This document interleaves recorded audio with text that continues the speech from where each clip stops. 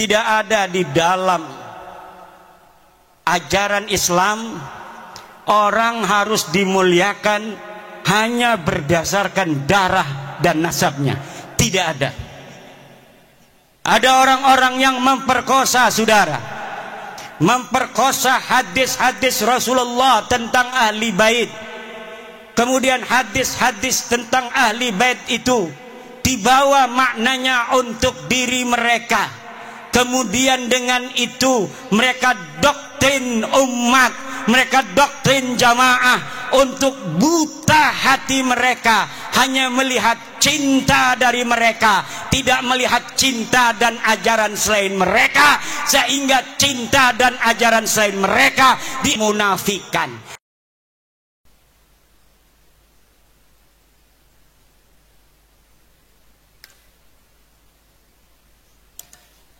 Assalamualaikum warahmatullahi wabarakatuh.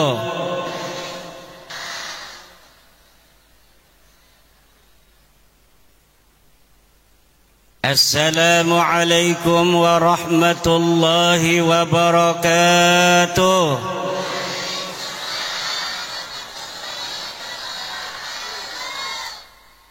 Ibu-ibu muslimat yang semangat, Assalamualaikum warahmatullahi wabarakatuh.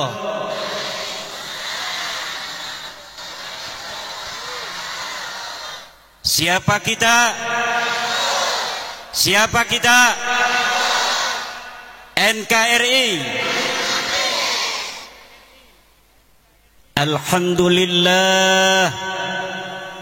Alhamdulillahil malikil hakim, al-jawadil karimil azizir rahim, fattariqu ilayhi wadihun lil qasidin, waddalilu alayhi laihun lin nadhirin.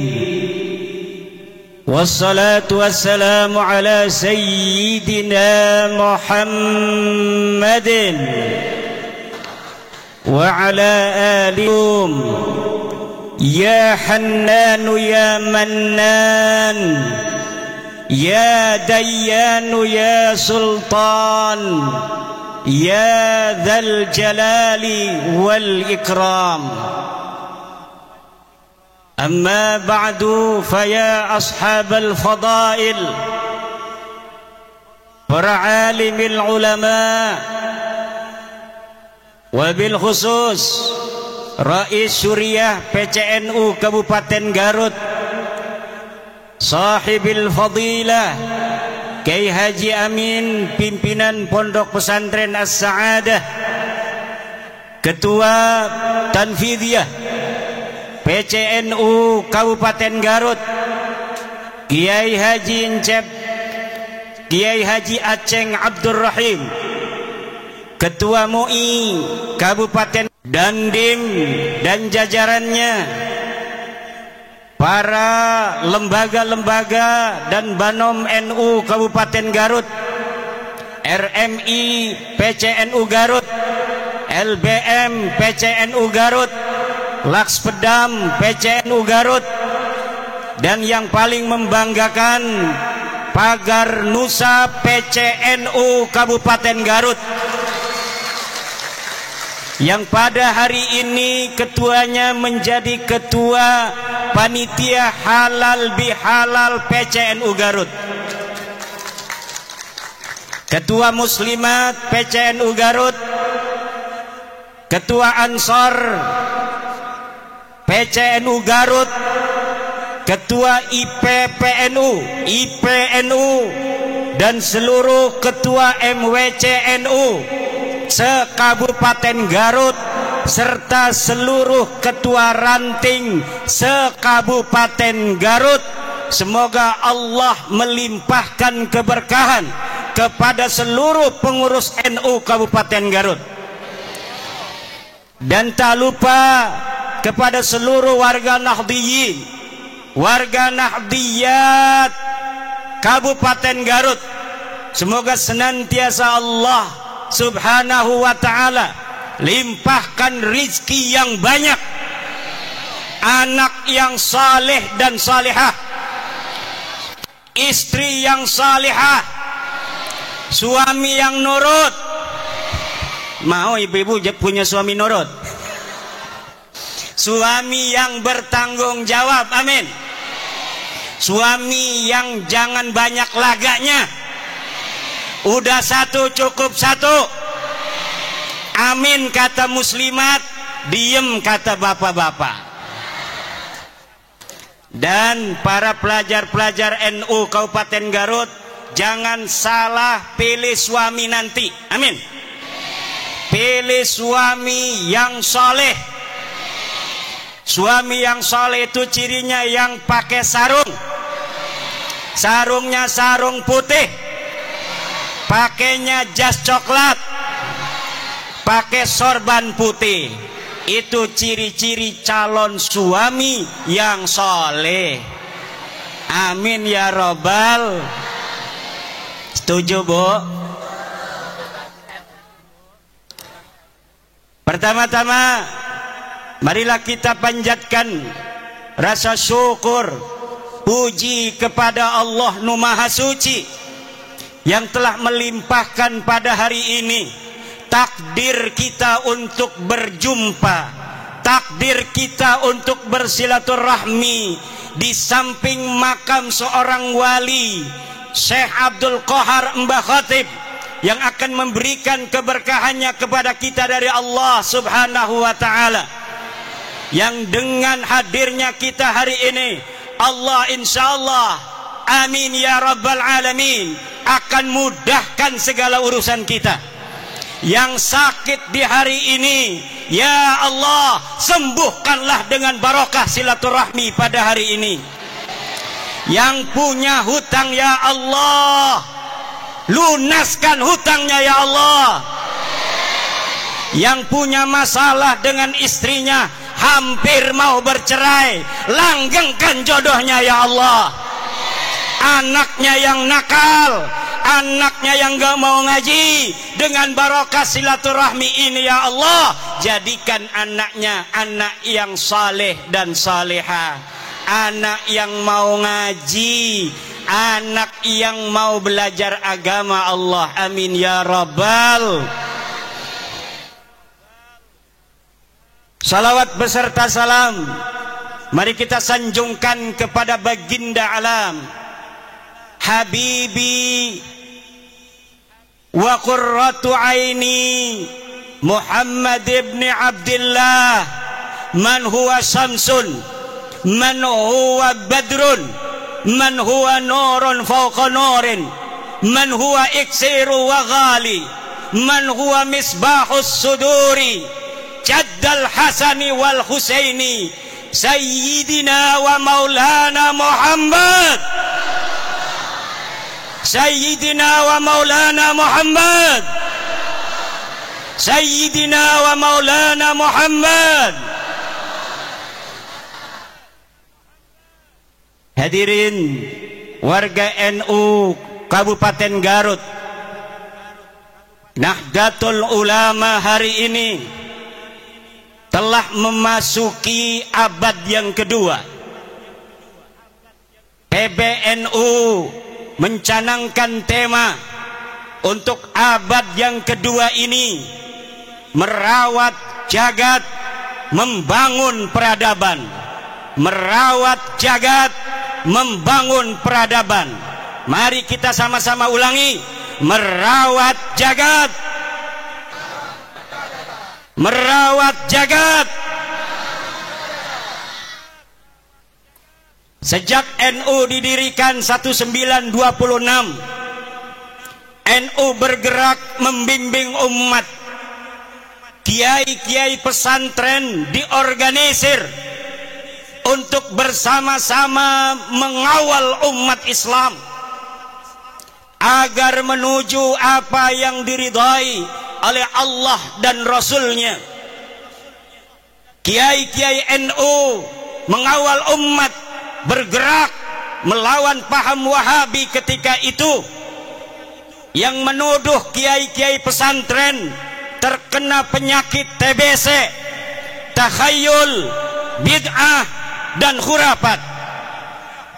Kiai-kiai kita juga sejak berdirinya mengawal bangsa Indonesia untuk mencapai kemerdekaan Indonesia.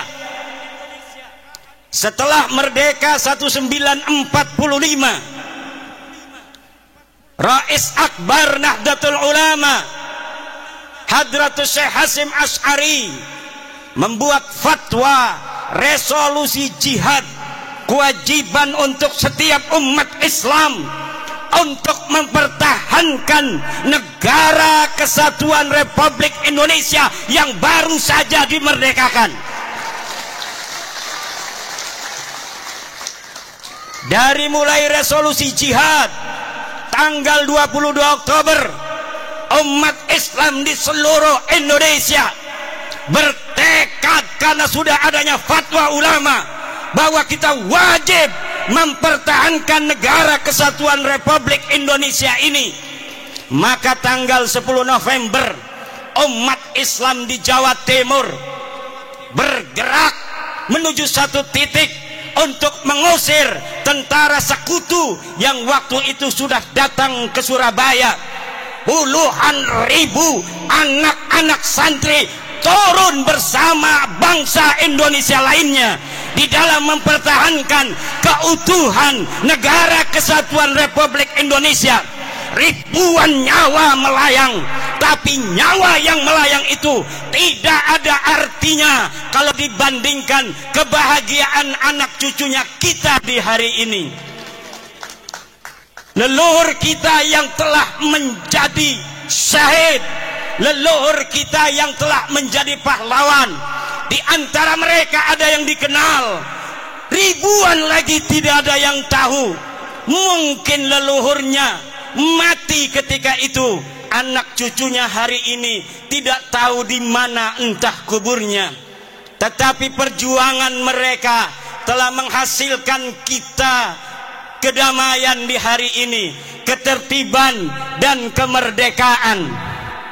Maka ini nikmat yang tidak boleh oleh kita warga NU dilupakan untuk senantiasa menjaga negara warisan para leluhur-leluhur kita ini.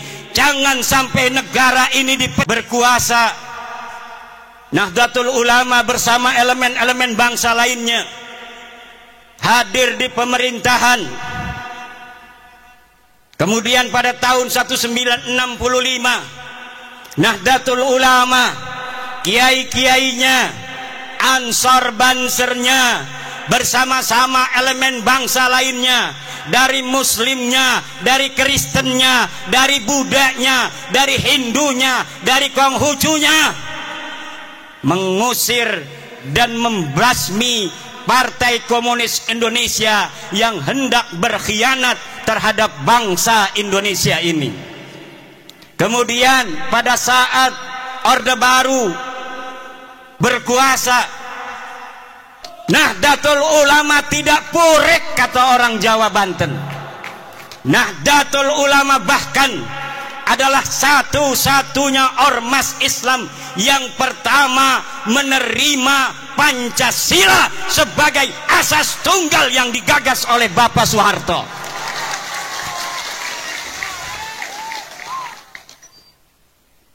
Kalau ormas lain mungkin sudah turun ke jalan, ormas terbesar oleh pemerintah Soeharto ditinggalkan, keberadaan yang besar dinafikan. Tetapi ulama-ulama kita tidak pernah mempunyai catatan pundung pada pemerintah. Ulama-ulama kita tidak pernah ada catatan menggerakkan rakyat untuk melawan pemerintah. Tidak ada. Kesetiaan Nahdlatul Ulama terhadap negara kesatuan Republik ini bersifat final, mutlakon, bila qayyidin, baik qayyidin lazimin maupun qayyidin ghairi lazimin. Mutlakon, bahwa negara kesatuan Republik Indonesia ini adalah bagi Nahdlatul Ulama bersifat final. Setelah reformasi hadir seorang putra Nahdlatul Ulama, Sayyidi Syekh Abdurrahman Wahid Gus Dur, Allah takdirkan memimpin negara kesatuan Republik Indonesia. Pada zaman SBY, kemudian gerakan-gerakan radikal muncul di Indonesia. NU bersama warga bangsa lainnya berjuang bagaimana gerakan-gerakan radikal ini bisa diberantas dari Indonesia. Abuya Dimyati berputra Abuya Muhtadi.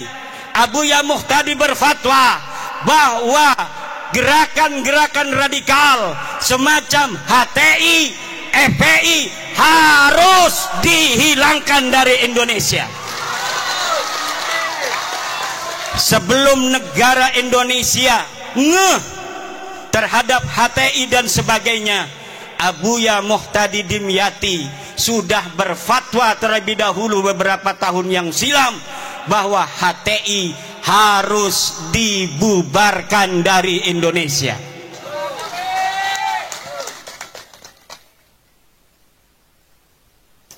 Kemudian hari ini Nahdlatul Ulama bersama warga bangsa lainnya tetap setia mempertahankan Indonesia, apalagi setelah putra terbaik Nahdlatul Ulama Kiai Haji Ma'ruf Amin bersama-sama Presiden Joko Widodo memimpin negeri ini adalah beban yang lebih berat bagi warga Nahdlatul Ulama yang harus menunjukkan ketika guru kita bersama ada di puncak pimpinan, bagaimana kita warga Nahdlatul Ulama harus menjaga ketertiban, kedamaian di seluruh pelosok negeri Nusantara ini, saudara.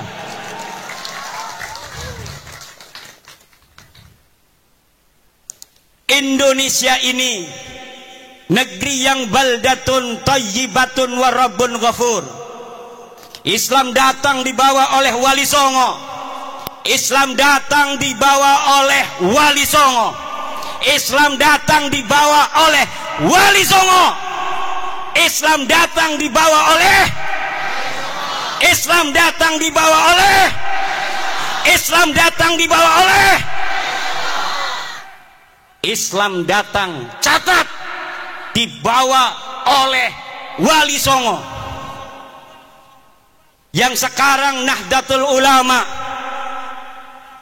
mengkristalkan ajaran Islam Wali Songo dengan tawaran konsep Islam Nusantara.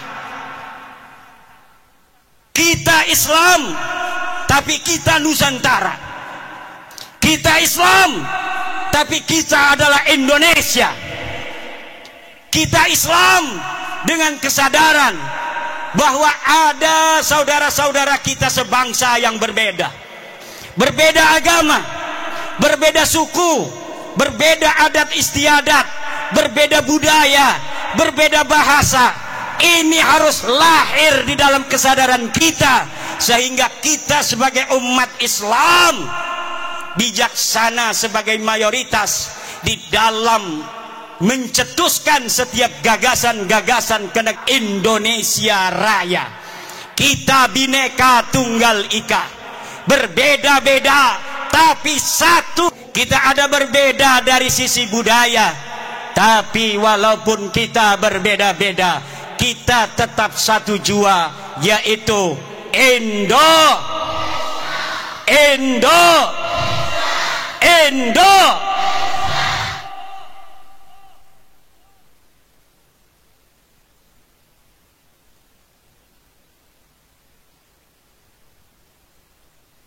Para pendahulu kita mengatakan bahwa kemerdekaan Republik Indonesia ini adalah atas berkat rahmat Allah. Lihat dalam Undang-Undang Dasar Dan sesungguhnya kemerdekaan itu ialah hak segala bangsa. Dan oleh sebab itu, maka penjajahan di atas dunia ini harus dihapuskan karena tidak sesuai dengan pri keadilan dan pri kemanusiaan. Indonesia harus bersatu dan pertama harus merdeka. Karena di dalam undang-undang yang disebutkan bukan bersatu terlebih dahulu. Bersatu kalau masih ada satu suku bangsa merasa lebih tinggi derajatnya dari bangsa lainnya di Indonesia. Buat apa kita bersatu kalau mereka, orang-orang yang bukan pribumi Indonesia, menganggap kita pribumi Indonesia adalah sebagai budak-budak mereka. Wahai pemuda-pemuda Garut, hai pemuda-pemudi Jawa Barat, hai pemuda-pemudi Pajajaran, hai putra-putri Siliwangi, hai putra-putri Aceh, hai putra-putri Sumatera, hai putra-putri Kalimantan, hai putra-putri Sulawesi, hai putra-putri Maluku, hai putra-putri Papua, hai putra-putri Nusa Tenggara, hai putra-putri Bali, hai putra-putri Madura, hai putra-putri tanah Jawa. Kalian adalah pewaris-pewaris negeri Indonesia ini.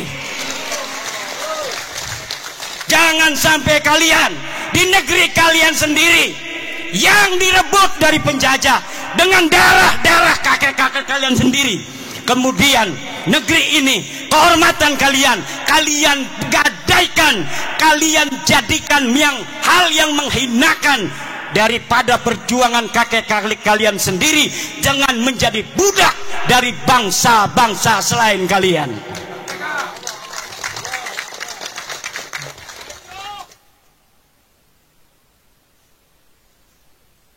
Tidak boleh dalam negara yang disebut Negara Kesatuan Republik Indonesia ini orang Jawa Barat merasa lebih baik daripada orang Jawa Timur. Tidak boleh.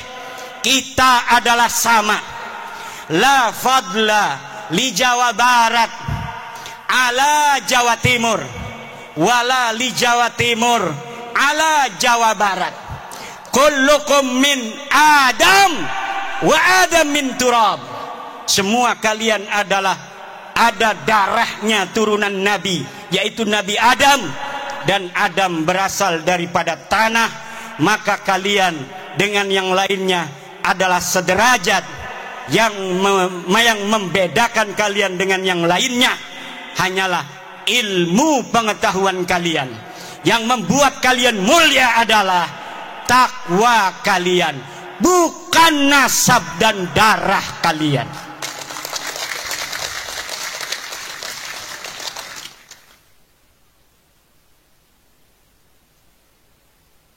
Kullukum ummahatukum waladnakum ahrara fala takunu abidan li ghairikum.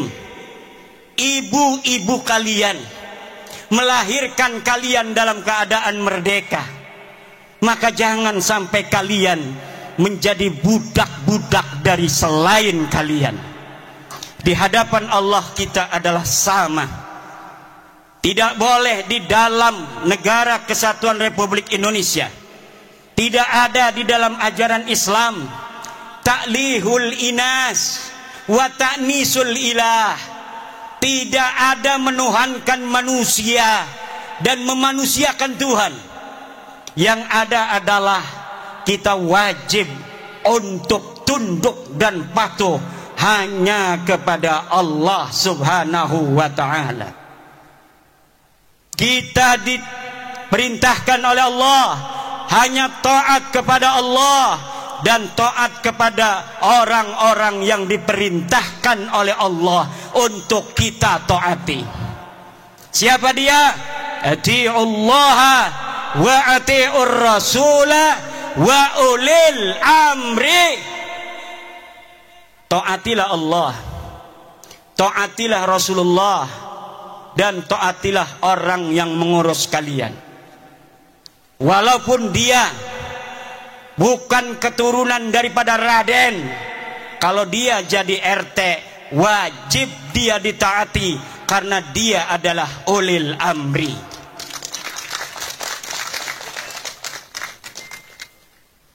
Walaupun dia turunan Nabi Nuh, turunan Nabi Ibrahim, kalau dia tidak jadi apapun dalam kehidupan, tidak ngurus urusan kalian, tidak ada kewajiban kalian untuk mentaatinya. Tidak ada. Tapi walaupun abdun habasyun, hamba yang hitam legam, kalau dia memegang urusanmu, dia menjadi ketua RT, ketua RW, dia menjadi lurah, dia menjadi camat, dia menjadi bupati, dia menjadi gubernur, dia menjadi presiden, dia menjadi ketua organisasi, maka dalam lingkup urusan-urusan yang menjadi tanggung jawabnya, kita sebagai rakyatnya, kita sebagai anggotanya wajib untuk mentaati mereka. Tidak ada di dalam ajaran Islam orang harus dimuliakan hanya berdasarkan darah dan nasabnya. Tidak ada. Ada orang-orang yang memperkosa saudara, memperkosa hadis-hadis Rasulullah tentang ahli bait. Kemudian hadis-hadis tentang ahli bait itu dibawa maknanya untuk diri mereka. Kemudian dengan itu mereka doktrin umat, mereka doktrin jamaah untuk buta hati mereka, hanya melihat cinta dari mereka, tidak melihat cinta dan ajaran selain mereka, sehingga cinta dan ajaran selain mereka dimunafikan. Ini adalah penjajahan pikiran, penjajahan rohani yang harus. Saya permisi minum dulu.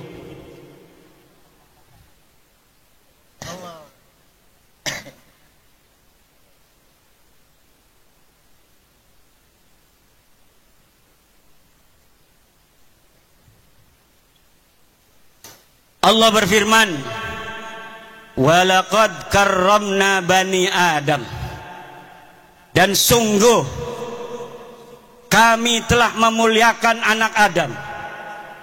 Allah lah yang telah memuliakan kalian, wahai orang Garut, wahai orang Limbangan.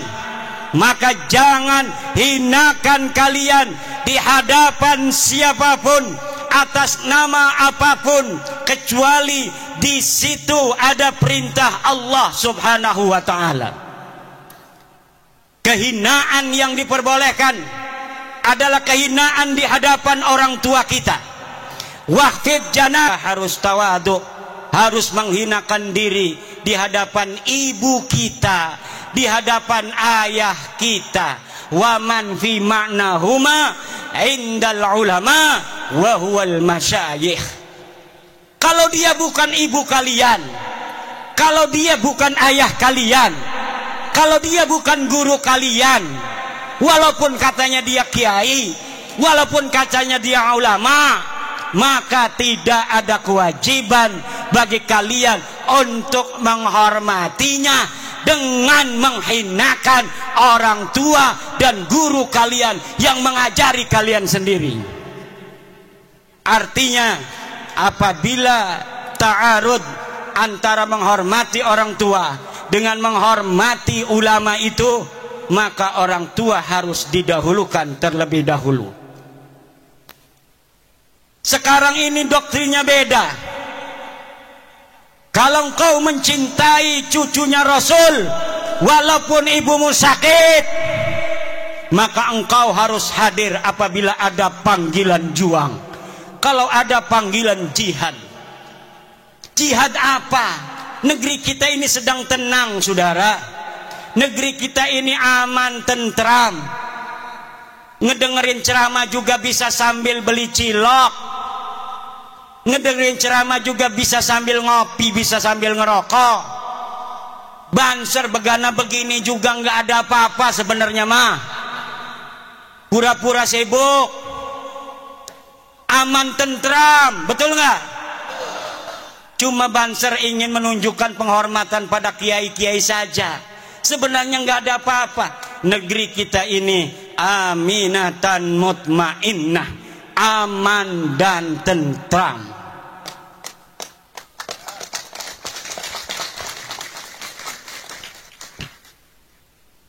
Ini pelajar-pelajar Ibnu kenapa ngeliatinnya begitu? Apalagi mikir ini punya istri belum ya?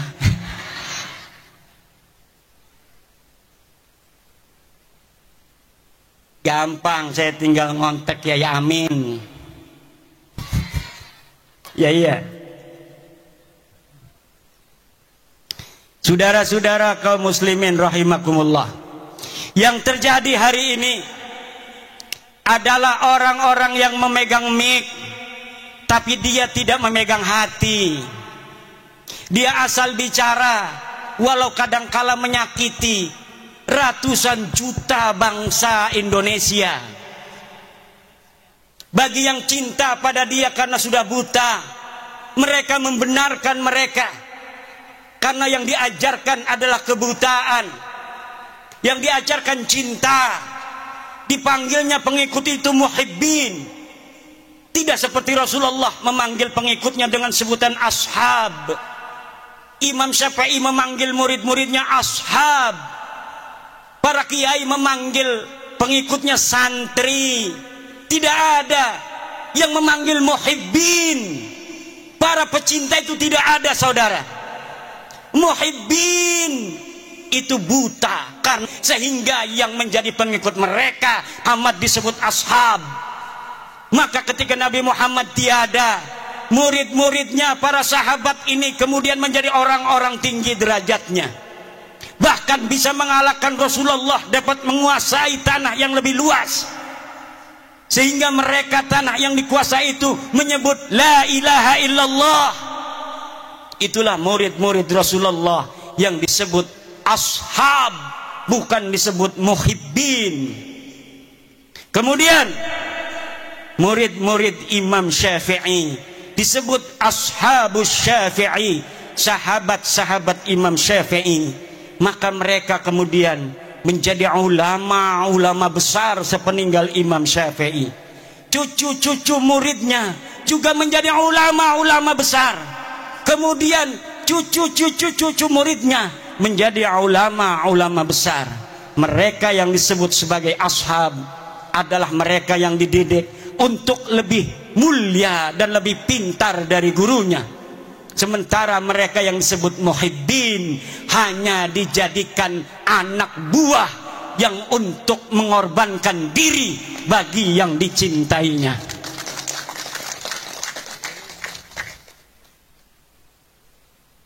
Saudara-saudara kaum muslimin rahimakumullah. Apalagi mereka yang berceramah di media-media sosial, di hadapan-hadapan publik, belum pernah riyadhah hati, belum mencapai syarat yang sempurna. Syekh Abdul Qadir Jailani mengatakan, la yambaghi li faqirin ayyatasadda wa yatasaddara li irsadin nas illa in a'tahu Allahu ilmal ulama wa siyasatal muluk wa hikmatal hukama. Tidak segarutnya, layam bagi itu maknanya tidak segarutnya. Kalau orang Jogja tidak seyogianya, kalau orang Banten tidak sebantennya, kalau orang Cigawir layam bagi tidak segawirnya. Li fakirin, untuk seseorang untuk berceramah di hadapan manusia kecuali dia telah diberikan ilmunya para ulama, politiknya para pemerintah, dan hikmahnya para aulia-aulia Allah. Kalau orang telah memiliki tiga, pertama dia adalah ilmu dari para ulama. Dia telah pantas berbicara karena sudah banyak ilmunya. Dia sudah ta'lim puluhan tahun di pondok pesantren. Kemudian dia mengerti siasatul hukama, politiknya para pemerintah.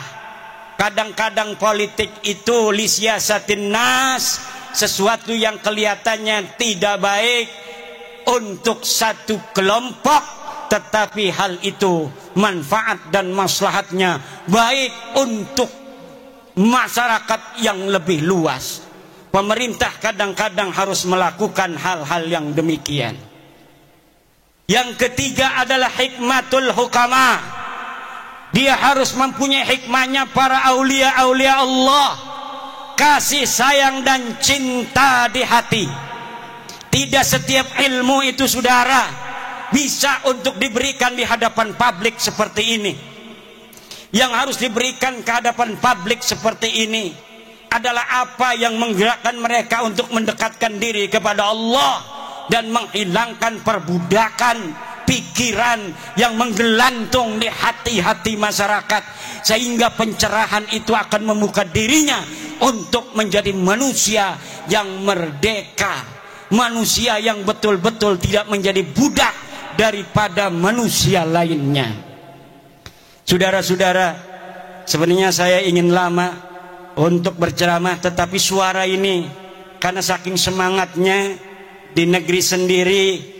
Karena saya walau dari Banten, tapi ada kata orang tua, ada silsilah nasab ke Bandung, Garut, dan Sumedang Larang. Kalau di DNA, kalau berani DNA ya, berani nggak tes DNA? Berani nggak tes DNA? Berani nggak tes DNA? Kalau kita dites DNA, maka orang Banten dan orang Jawa Barat, di dalam darahnya, di dalam tubuhnya ada darah Prabu Siliwangi yang mengalir, saudara-saudara.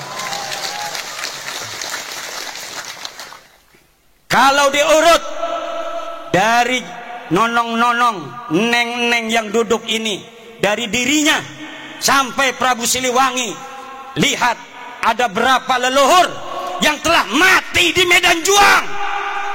Ada berapa leluhur yang telah mati syahid dalam mempertahankan tanah Pasundan dan Jawa Barat ini, dalam mempertahankan Indonesia Raya ini, saudara. Maka kita kalau ada tes DNA diperintahkan oleh Gubernur Ridwan Kamil, turunan Sunan Gunung Jati, hei orang-orang Garut, tes DNA, aing hayang nyaho siap keturunan saha, siap ente tes DNA, siap ente tes DNA, siap ente.